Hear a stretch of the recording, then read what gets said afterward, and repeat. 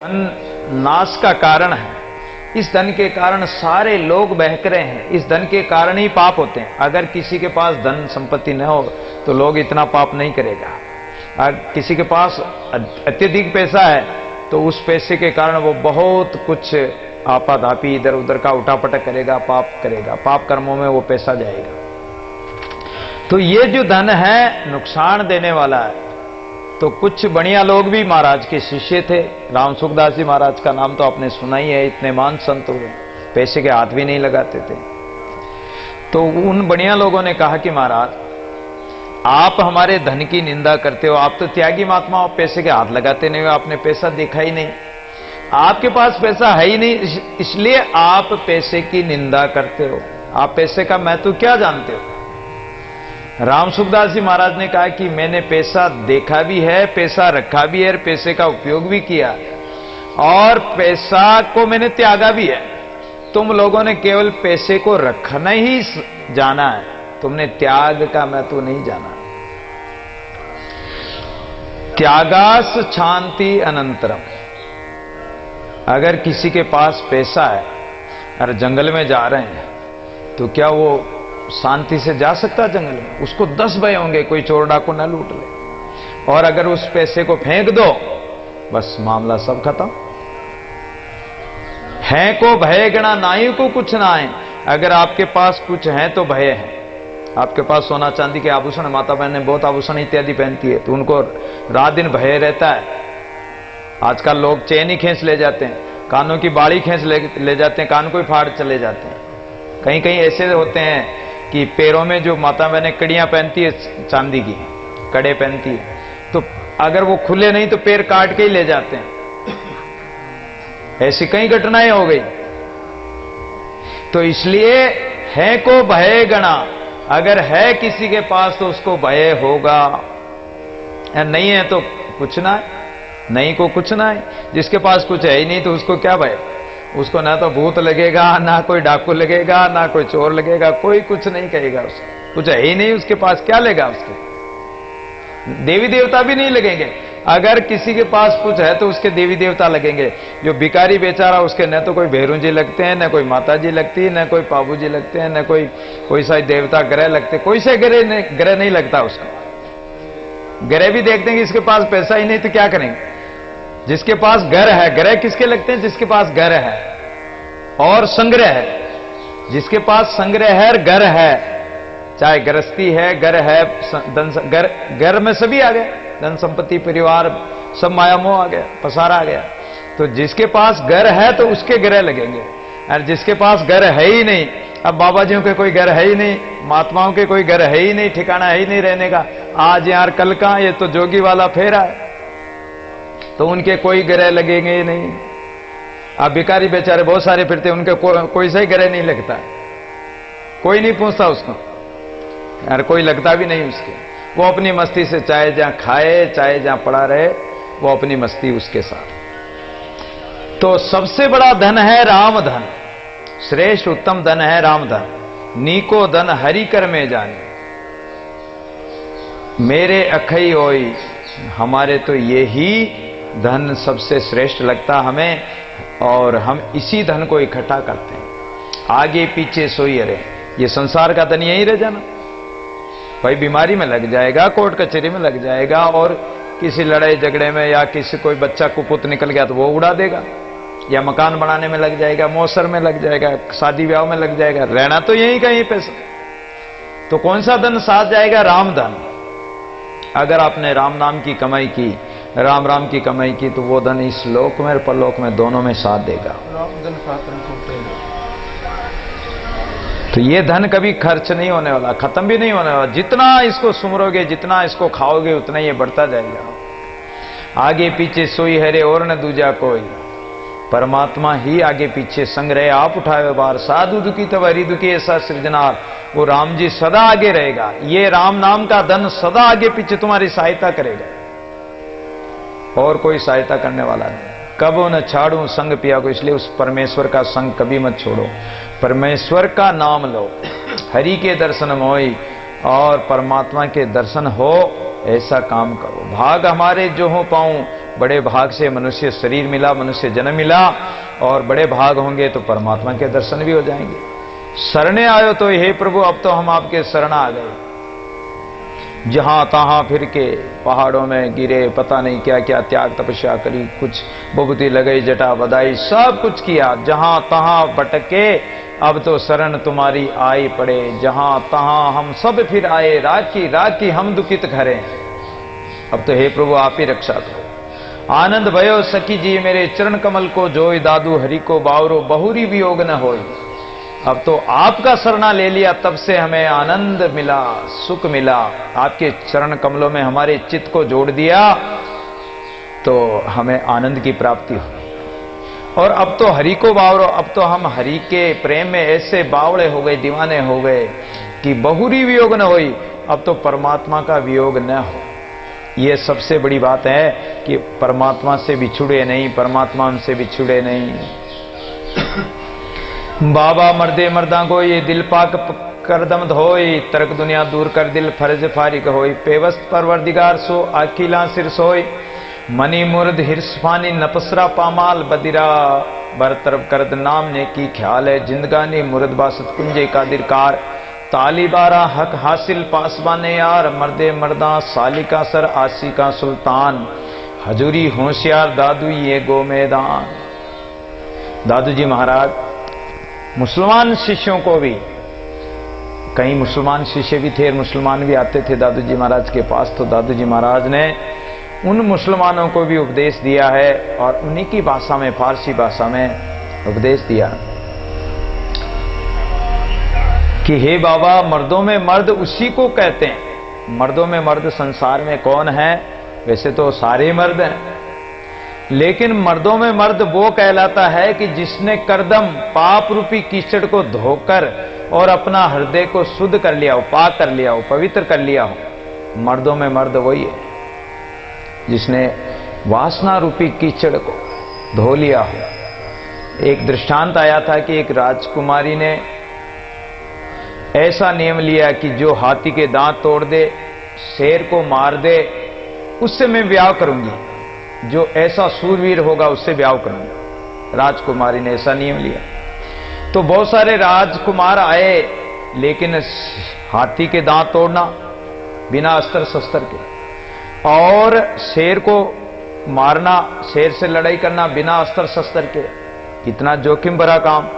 तो बहुत सारे राजकुमार आए, या तो शेर ने उनको मार दिया, या हाथी ने मार दिया, या घायल होके और भाग गए, सब चले गए। उनका ऐसा नियम सुना तो सब चले गए।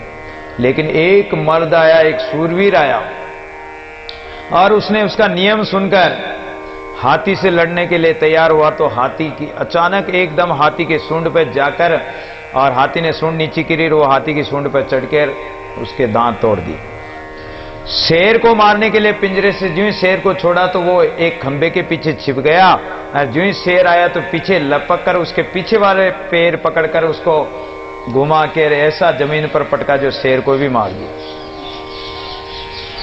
अब राजकुमारी बोली, जब वो ब्याह करने के लिए तैयार हुआ तो बोली कि मेरा ऐसा पति है कि हाथी के दांत तोड़ने में और शेर को मारने में तो बड़ा सूरवीर है, लेकिन काम कटक के दल से मुड़ चला ऐसा कायर कंत है। मेरा पति तो कायर है, जो काम वासना के पीछे, तो वो हार गया। जब उसने सुना कि राजकुमारी ने ऐसा शब्द कहा तो उसी समय बोले कि मैं तो ये चला, उस राजकुमारी को छोड़ के चला। अरे कहां जाते हो, ब्याह करो, अब नहीं करना, इस काम वासना को भी मार के और परमात्मा का भजन करूंगा। तो अपने हृदय को वासनाओं से रहित करके शुद्ध कर लिया। मर्दों में मर्द वही कहलाता है।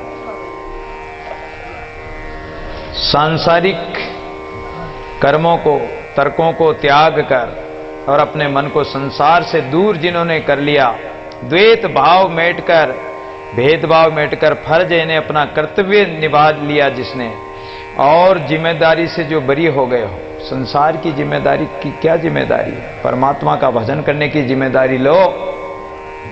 परवरदिगार, वो विश्व पालक परमात्मा से पेवस्त लग जाओ, अर्थात उसका भजन करो, उसका सुमिरन करो। वही अकेला वो अक्लवानों में अक्लवान, अक्लमंद वही है।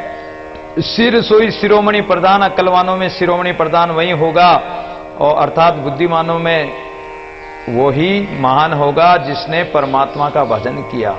मनी, अहंकार को जिसने मेट दिया, मुरद यानी अहंकार को मारकर फानी, नश्वर पदार्थों को जिन्होंने त्याग दिया हो, हिर्ष तृष्णा का भी जिसने त्याग दिया हो, इच्छाओं का त्याग कर दिया हो, चाह का त्याग कर दिया हो, चाह गई चिंता मिटी, मनवा बेपरवाह, जिसको कछु न चाहिए वह सहान का सा, सहनसाओं का भी सहनसा वो बादशाह है, वो मर्द है। नपस यानी मन की विषय वासना का भी उसने त्याग कर दिया। नाम ने कि केवल भलाई का काम करने वाला हो, और मन की शैतानी को जिसने नष्ट कर दिया हो। बदीरा, बुराई को भी, बदीरा यानी बदी की राह को जिसने त्याग दिया हो, नेकी की राह पर चलने वाला हो। बरतरफ दूर करके, और नेकी यानी भलाई का काम करने वाला हो। ख्याल ऐसा ध्यान करते हुए, और जिंदगानी जिंदगी में जीवित अवस्था में जो जीवन मुक्त होकर, मृतक समान निर्द्वंद होकर, मुर्द यानी मुर्दे के समान होकर, और अहंकार रहित होकर ही मरा जाता। जिसने अहंकार को त्याग दिया, जीते जी निर्द्वंद हो गए, जीवित मुक्त हो गए, वो ही वास्तव में मर्द कहलाते हैं। और जिसने संसार की कोई परवाह नहीं रखी हो, कुंज अपने हृदय गुफा में कादिरकार ईश्वर की चाह से युक्त हो। तालिबा, ऐसे जिज्ञासु साधकों को हक हासिल अर्थात अपनी साधना का फल अवश्य मिलता है। पासवाने यार, अपने स्वामी परमात्मा के पास रहने का मर्दे मर्दा साधकों में वही साधक मर्द है जिसने, वही शिरोमणि है जो आशिक, परमात्मा का आशिक है, उस मालिक का, और उसमें जिज्ञासा करके और परमात्मा का भजन करे तो वही सुल्तान माना जाएगा, सिरताज माना जाएगा, जो रात दिन अपनी जीव आत्मा में, अंतःकरण में जिज्ञासा पूर्वक परमात्मा का स्मरण करता रहे, हजूरी बंदगी करता रहे। और जो ऐसे सावधान हैं, हजूरी होशियार, जो होशियार है, सावधान है, चेतन है, वो ही ये गो मैदान, ये मानव शरीर है और ये गो मैदान, ये इंद्रियों का ये मैदान है। ये अपना जो तन है, इसमें ये पांचों इंद्रियां हैं, ये 10 कर्मेंद्रियां, 10 ज्ञानेंद्रियां। तो ये गो मैदान यानी इस इंद्रियों के मैदान में जो जीत जाए, इस इंद्रिय रूपी घोड़ों से जो जीत जाए, काम क्रोधादि वासना रूपी घोड़ों से जो जीत जाए, इन इंद्रियों को अपने वश में कर ले, वही बाबा मर्दे मर्दा गोई, वही मर्द है। ये सब चरित तुम्हारे मोना, मोहे सब ब्रह्मांड खंडा, मोहे पवन पानी परमेश्वर सब मुनि मोहे रवि चंदा।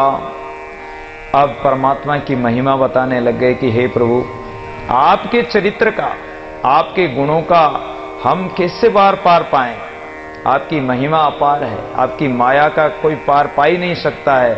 आपके ऐसे ऐसे अद्भुत चरित्र हैं, आपके ऐसे ऐसे अद्भुत काम हैं कि उनको कौन कर सकता है, उनको कोई नहीं कर सकता आपके अलावा।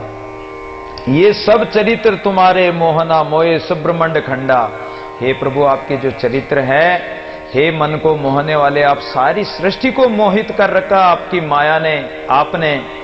मोहे सब ब्रह्मांड खंडा, ब्रह्मांड जो भी जितने भी 9 खंड पृथ्वी के हैं, और जो ब्रह्मांड है उसमें प्रत्येक प्राणी मात्र को मोहित कर रखा है। मोहे पवन पानी परमेश्वर। देखो पानी पानी तो सब बराबर है, जहां नदी नाले में देखते हैं वहां भी पानी है, लेकिन जहां समुद्र देखने जाते हैं लोग और मानसरोवर देखने जाते, पानी तो यहां भी है और वहां भी है, लेकिन वो पानी भी उनको मोहित कर रहा है, इतना स्वच्छ, इतना निर्मल। जब परमात्मा की बनाए हुई चीजें ही सबको मोहित करती है, पानी, पवन पानी, हवा, जहां शुद्ध हवा होती तो सब उसी शुद्ध हवा को चाहते हैं, गंदी हवा को कौन चाहता है।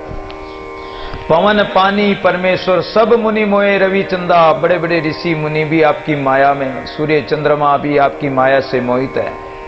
सायर सप्त मोहे धरणी धरा, समुद्र, धरती, अष्टकुली, नागों की जो अष्टकुली है और पहाड़ों की जो कुलियां हैं, पहाड़ों की जो कुल है, वो भी आपसे मोहित है।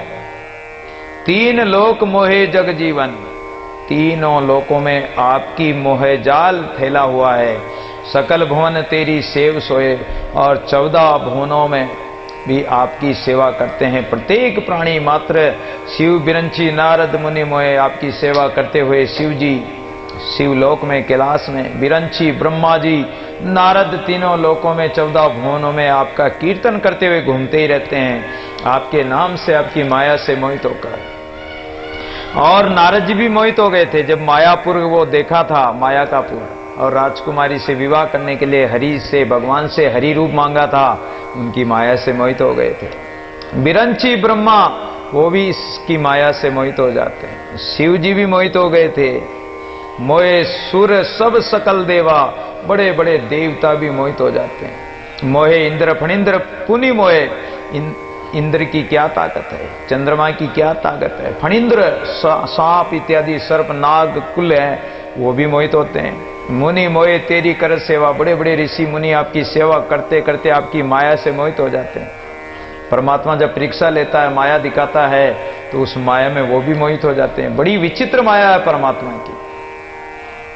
अगम अगोचर अपार परंपरा, वो परमात्मा अगम अगोचर है, मनवाणी बुद्धि से वो अगम है और इंद्रियादिक से वो अगोचर है, दिखाई नहीं देता। गोचर यानी इंद्रियां, गोचर गो नाम इंद्रियां, इंद्रियों से वो दिखने वाला नहीं है। अपार अपरंपरा, वो वार पार से रहित अपार परमात्मा है। तो कोई यूं तेरे चरित्र न जाने, दादू जी महाराज कहते हैं कि कोई भी तुम्हारे इन चरित्रों को, इस माया को पूर्ण रूप से नहीं जानता है। ये शोभा तुमको सोए सुंदर, बलि बलि जाऊं दादू न जाने। हे प्रभु, ये शोभा तो आपको ही अच्छी लगती है, अर्थात आप ही जानते हो, आपकी माया का पार आप ही पाते हो, दूसरा कोई नहीं पा सकता है। जब भी तो एक भजन में आता है कि तेरी माया का न पाया कोई पार, के लीला तेरी तू ही जाने। तुम्हारी लीला प्रभु तुम ही जानते हो, हम नहीं जान सकते। ये शोभा तुमको सोए सुंदर, बलि बलि जाऊं दादू न जाने। दादू जी महाराज जब इस माया का वार पार पाने के लिए अपनी वृत्ति को और बढ़ाया, तो भगवान ने आकाशवाणी में कहा कि संतों, आप तो हमारे में ही चित्त लगाए रखो, हमारा ही भजन करो, इस माया के चक्कर में मत पड़ो, इस माया का वार पार नहीं। ऐसा राम हमा, ऐसा रे गुरु ज्ञान लकाया, आवे जाय सो दृष्टि न आया। तो गुरु का ज्ञान ही सर्वश्रेष्ठ है, और गुरु ही जो ज्ञान देते हैं, उसी ज्ञान के द्वारा हम परमात्मा का अनुभव कर सकते हैं।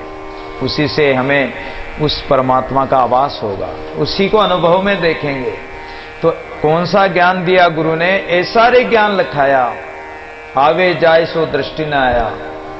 ये जीव आता है और जाता है, लेकिन ये कहां से आता है और कहां चला जाता है, इस संसारी प्राणी को तो कोई पता नहीं, कोई मालूम नहीं। इस ज्ञान ने ही हमें बताया, गुरु ज्ञान ने, कि ये जीव परमात्मा से पैदा हुआ है, और परमात्मा इस जीव को इस कर्मों के अनुसार, ये जीव अगला कर्म फिरावे, जीव को कर्मों को करतार, करतार को कोई नहीं दादू फेरनार, कर्मों को करतार फेरने वाला। तो जैसा जीव कर्म करता उसके अनुसार उसका जन्म मरण आगे के लिए तैयार होता है।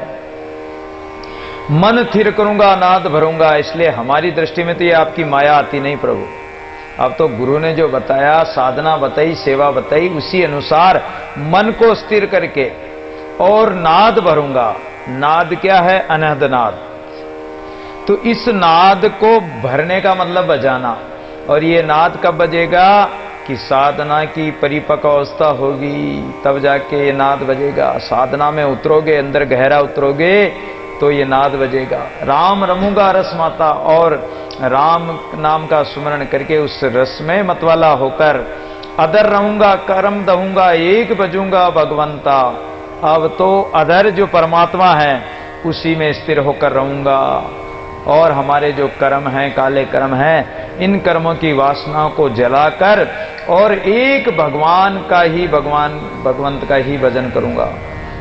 अलग लखूंगा, कत कथूंगा, और जब परमात्मा की कृपा हो जाएगी तो अलग लखूंगा, अर्थात वर्ती द्वारा, सुरती द्वारा उस परमात्मा को जो अलग है, लखने में नहीं आता है, लेकिन सुरती द्वारा उस परमात्मा को लखूंगा, देखूंगा, अकत कतूंगा, और वर्ती से ही उनके गुणगान करूंगा। एक मथूंगा गोविंदा, और मत कर जैसे एक तत्व घी निकल जाता है, ऐसे ही हम विचार मंथन द्वारा मत कर एक गोविंद परमात्मा को अपना कर उसी का गुणगान करेंगे। अगे कहूंगा के कहूंगा ले लूंगा खोजनता। अगय कहूंगा, जो ग्रहण करने में नहीं आता है, इंद्रिय दिक विषय नहीं है वो परमात्मा, कहने में नहीं आता है, लेकिन वो उसको खोज कर और श्रुति के द्वारा वृत्ति के द्वारा खोज कर उसी परमात्मा को ग्रहण करूंगा, उसी का कथन करूंगा, उसी परमात्मा का नाम सुमिरन करूंगा। अचर चरूंगा, अजर जरूंगा, तिर तिरूंगा, आनंदा। अचर, ये संसार अचर है, ये परमात्मा भी अचर है, हमारी इंद्रियों से चरने में नहीं आता, अर्थात इंद्रियों का विषय नहीं है।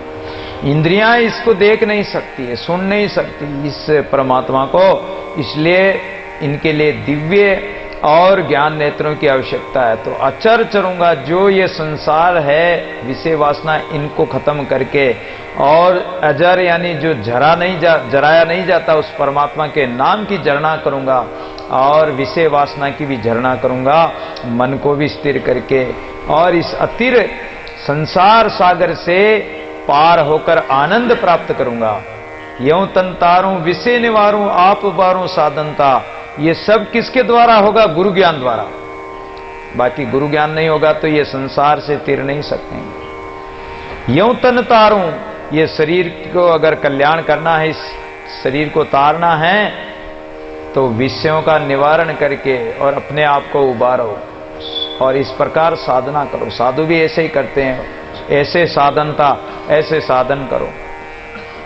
आऊं न जाऊं न मन लाऊं, फिर तो इस संसार के आवागमन से छुटकारा मिल जाएगा, न आना होगा न जाना होगा, जन्म मरण से छुटकारा। अब तो मन में कभी भी कहीं भी आओ जाओ मत, संकल्प विकल्प करो ही मत मन से, क्योंकि मन बार बार कहीं आता और कहीं जाता, तो उसको रोको, उन्मनी लाओ, मन को उन्मनी दशा में उदास करके संसार से एक जगह स्थिर करो। सहज समाओ, सहज भाव से उस परमात्मा में, उसके गुणों में समाहित होकर परमात्मा का गुणगान करो।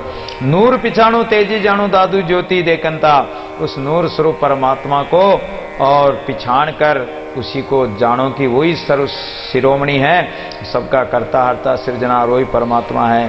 दादू ज्योति ही देखंता, उस ज्योति स्वरूप को देखते हुए और आगे बढ़ो, उस ज्योति स्वरूप परमात्मा के स्वरूप में ही मिल जाओ। इस प्रकार दादू जी तत्व का उपदेश करने लगे कि परमात्मा तत्व स्वरूप है, और उस तत्व स्वरूप परमात्मा को पाने के लिए, उसको प्राप्त करने के लिए बंदे हाजिरा हजूर वे, अल्लाह आली नूर वे, बड़े बड़े जिज्ञासु जन हैं, बड़े बड़े प्रेमी हैं, वो सब परमात्मा के हजूरी करते हैं, परमात्मा की बंदगी में रहते हैं। बड़े बड़े जीवन मुक्त महापुरुष उस हजूरी बंदगी में ही बने रहते हैं। उस अल्लाह जो अल्लाह आली नूर, अल्लाह आली यानी श्रेष्ठ उत्तम, नूर परमात्मा का जो स्वरूप है, पंजाबी भाषा में कह रहे हैं कि वो परमात्मा के बंदे उसकी हाजिरी में लगे रहते हैं, उसकी बंदगी करते रहते हैं। आशिकाना सिद्धक साबित, जो आशिक होगा तो वो परमात्मा भी उसके लिए साबत है, यानी साक्षात्कार हो जाएगा। वो तालिबा भरपूर वे, जो तलब पूर्वक पुकार करते हैं, विरह पूर्वक पुकार करते हैं, जिसके तलब है परमात्मा की, तो वो तलब पूर्वक परमात्मा को पुकारेगा तो परमात्मा सर्वत्र सब जगह भरा पूरा मिलेगा। औजूद में मौजूद है पाक परवरदिगार वे, औजूद शरीर को कहते हैं, इस शरीर में वो परमात्मा इस तन में मौजूद है। तनि राम मनि राम, राम हृदय रम राखले, मनसा राम सकल परिपूर्ण सहज सदा रस चाकले। ये तन ही राम है, तन में ही राम है, मन में राम, तेरे रोम रोम में राम रे, राम सुमिर ले ध्यान लगा ले, छोड़ जगत के काम रे। तेरे तन में राम, तेरे मन में राम। हनुमान जी ने अपने तन में ही राम दिखा दिया, अपना सीना फाड़ कर, एक जरा सी बात में सीना फाड़ कर और परमात्मा की झांकी दिखा दी। तो अपने तन में ही वो परमात्मा मौजूद है, खोजो उसको। वो पाक परवरदिगार, वो पवित्र परमात्मा जो परवरदिगार है,